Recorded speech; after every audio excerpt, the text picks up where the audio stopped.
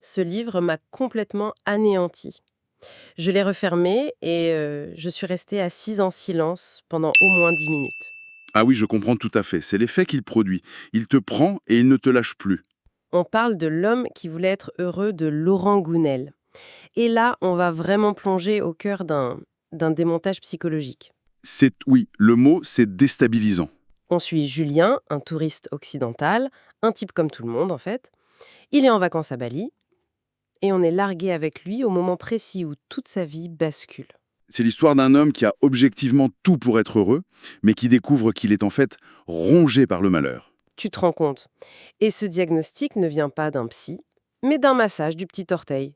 Et cette découverte, soit elle le brise, soit elle le force à dynamiter toutes ses certitudes. Alors, posons le décor parce que le point de départ est vraiment essentiel. Julien est à Bali, fin de ses vacances, il est un peu désœuvré, et par pure curiosité, il entend parler d'un vieux guérisseur, quelqu'un de très réputé. Et il se dit, pourquoi pas? C'est ça qui est fou. Il n'est pas malade, il n'a aucun problème particulier. C'est presque un divertissement touristique pour lui. Exactement. Il s'imagine le grand cliché, tu sais, le sage, un peu mystique, le temple caché, et il débarque devant une maison, mais alors, des plus banales. Et là, un vieil homme de presque 80 ans, Maître Sam Tiang, l'accueille en short et en t-shirt. La déception est totale. Il se dit même qu'il lui aurait donné une pièce dans la rue. Il n'y a aucune aura, aucun folklore. Et c'est là que le piège se referme. Le vieil homme lui propose un simple bilan de santé, un massage. Et au moment où il exerce une pression sur son petit orteil gauche, Julien hurle. Une douleur foudroyante, il la décrit comme insupportable. Ça n'a aucun sens pour lui. Et là, le verdict tombe, sans aucune anesthésie. Le vieil homme le regarde droit dans les yeux et lui dit « Vous êtes quelqu'un de malheureux ». C'est d'une brutalité. On pourrait se demander si c'est crédible une seconde. Qu'un homme découvre son malheur existentiel via son petit orteil. On peut se dire que Gounel force un peu le trait, non? C'est la question qu'on se pose. Mais en fait, je pense que c'est un choix de génie de l'auteur. Ça court-circuite complètement le mental. Ah oui, Si le sage lui avait dit « Parlez-moi de votre enfance », Julian aurait servi des réponses toutes faites, intellectualisées, tu vois. Là, c'est le corps qui parle. Une douleur pure, physique, qu'il ne peut pas nier. Il est coincé. c'est ça. Le corps ne ment pas. Et la réaction de Julien est fascinante. Son cerveau cherche immédiatement une cause, une justification logique. Il ne se dit pas « je suis malheureux ». Non, non. Il se dit « C'est à cause de mon physique ». Il est professeur, il est en bonne santé, donc il se raccroche à la seule chose qu'il peut critiquer. Il se trouve trop maigre, il pense qu'il ne plaît pas aux femmes. C'est un mécanisme de défense classique. Trouver une cause extérieure, simple, à un problème intérieur qui est complexe. Et le sage ne le lâche pas. Il lui explique que le problème, ce n'est pas son corps, c'est ce qu'il croit à propos de son corps. Et là, on touche au cœur du réacteur. Le concept central du livre est posé. Nos croyances créent notre réalité. C'est ce qu'on appelle en psychologie une prophétie autoréalisatrice. Et Gounel l'illustre très simplement. Si tu crois que tu n'es pas intéressant, tu vas te comporter de manière effacée, tu vas éviter de prendre la parole. Oui, avoir une posture un peu fuyante. Voilà. Et les autres, en réaction, elles ne vont pas s'intéresser à toi. Et leur réaction va venir valider ta croyance de départ. Vous voyez, j'avais raison, je ne suis pas intéressant.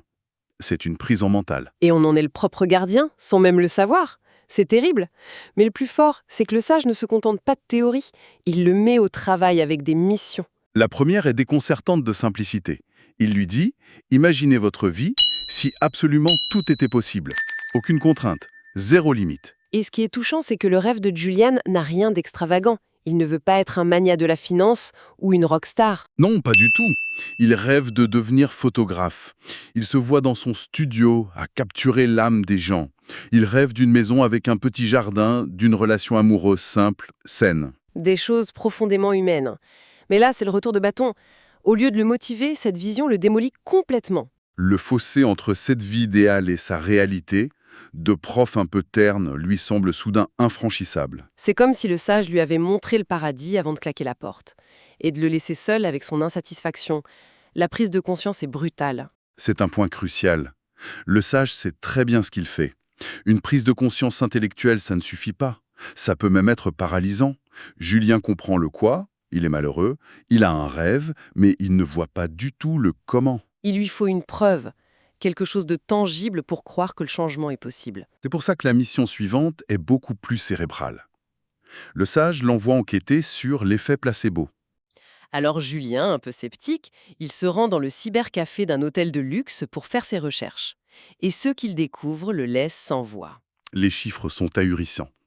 Il lit des études sérieuses qui montrent qu'une simple pilule de sucre, un placebo, peut avoir la même efficacité que la morphine pour soulager la douleur, dans plus de la moitié des cas.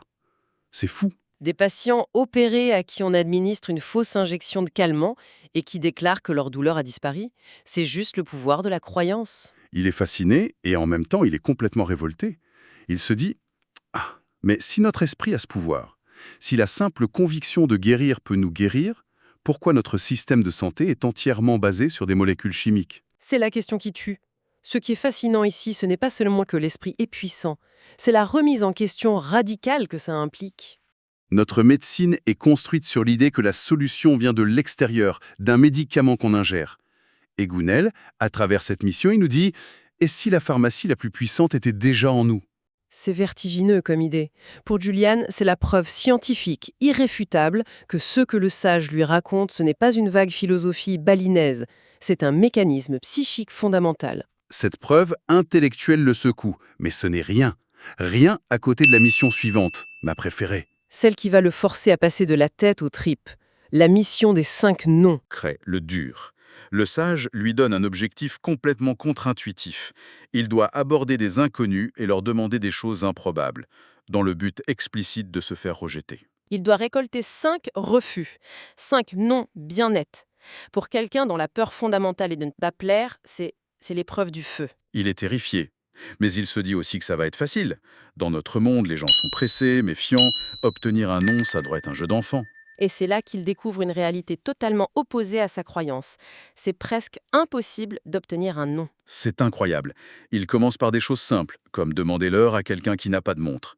La personne s'arrête, sort son téléphone pour lui donner l'heure. Il demande son chemin, on lui propose de l'accompagner. Il va de plus en plus loin dans l'absurde. Il demande à un touriste s'il peut lui prêter son appareil photo, un modèle très cher, pour faire un tour. Le type hésite, et puis il accepte. Sa peur du rejet, cette montagne qui a dicté toute sa vie, elle vole en éclats. Il réalise que cette peur est une pure construction mentale, une fiction qu'il se raconte, et qu'elle est infiniment plus grande que la réalité. Et la réalité, c'est que la plupart des gens sont fondamentalement bienveillants. Et enclin à aider. C'est un exemple parfait de ce qu'on appelle une distorsion cognitive.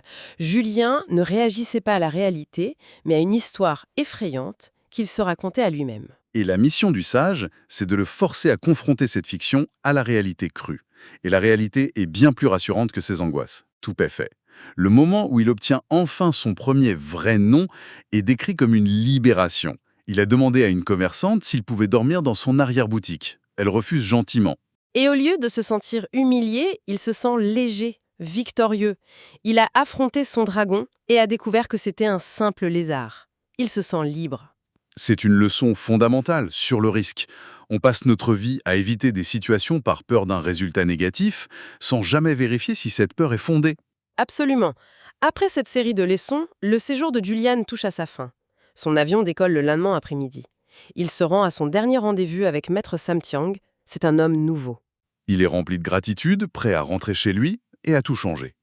Et là, le maître lui assène le coup de grâce. Il le regarde et lui dit qu'il reste un dernier enseignement. Le plus important de tous, celui qui donne un sens à tout le reste. Sauf qu'il y a un hic, évidemment. Le sage n'est disponible pour cet ultime enseignement que le lendemain matin, à une heure qui oblige Julien à changer son billet d'avion. Il se renseigne et le changement lui coûterait une somme énorme, l'équivalent de plusieurs centaines d'euros. C'est presque tout l'argent qui lui reste. C'est le test final. Et le sage, fidèle à sa méthode, il refuse de le conseiller et lui dit « C'est votre choix ». Toute la transformation de Julien se cristallise dans cette décision. Jusqu'à présent, c'était des exercices mentaux, des missions. Là, c'est un sacrifice réel, tangible. La question c'est, est-il prêt à renoncer à la sécurité, à l'argent, au confort d'un plan établi pour continuer sur le chemin de sa propre croissance? La question n'est plus théorique, quoi. La tension est palpable. Il hésite. Il pèse le pour, le contre, puis il prend sa décision. Il se rend à l'agence de voyage, il paie le prix fort et il change son billet. Et le livre décrit un sentiment de soulagement immense, de légèreté. Il a fait un choix en accord avec qui il veut devenir. Il se rend donc à ce dernier rendez-vous, le cœur battant, prêt à recevoir la clé finale. Il arrive devant la petite maison et le guérisseur n'est pas là. La maison est vide. Il n'y a personne. Juste un mot, posé sur une table, avec son nom dessus. Et ce mot contient la leçon finale, la plus importante de toutes. Mais pour savoir ce qu'il dit, et si Julien a réussi vraiment à devenir l'homme qu'il rêvait d'être, eh ben, il faut lire le livre. On est alors forcé de se demander si la dernière leçon n'est pas quelque chose à apprendre, mais une décision à prendre soi-même.